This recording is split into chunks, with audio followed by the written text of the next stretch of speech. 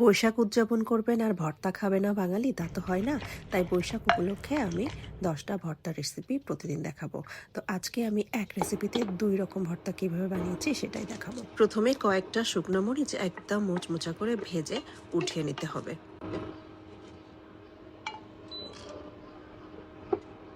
এবারে ওই একই প্যানে আমি কিছুটা সরিষার তেল দিলাম সামান্য পরিমাণে।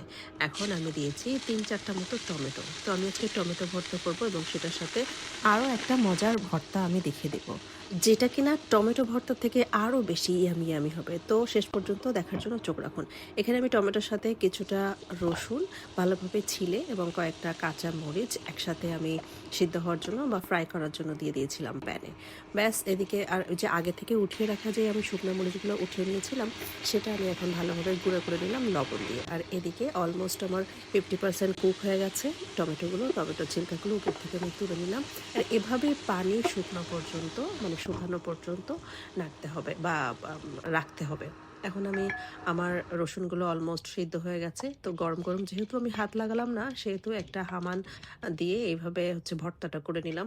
তো আপনি চাইলে হাত দিয়েও করতে পারেন আমার মতো। এবারে একে একে শুকনা মরিচ, কাঁচামরিচ সিদ্ধ, কাঁচামরিচ, রসুন সিদ্ধ সব একসাথে লবণ দিয়ে ভালোভাবে কচলে নিতে হবে। এরপরে কুচিয়ে রাখা পেঁয়াজ খানিকটা দিয়ে দিব।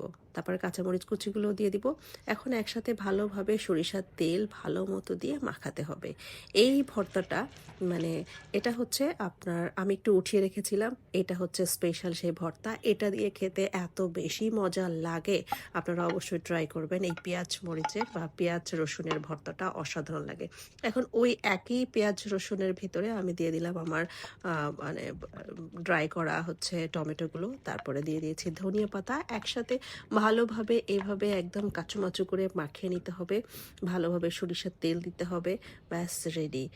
অনেক দিন পরে মনে হলো যে তৃপ্তি করে ভাত খেলাম। মানে ঈদের পর থেকে খুবই রিচ ফুড দেখলে কেমন ঘিন ঘিন করছে। তো এটা হতে পারে আপনার জন্য বেস্ট রেসিপি।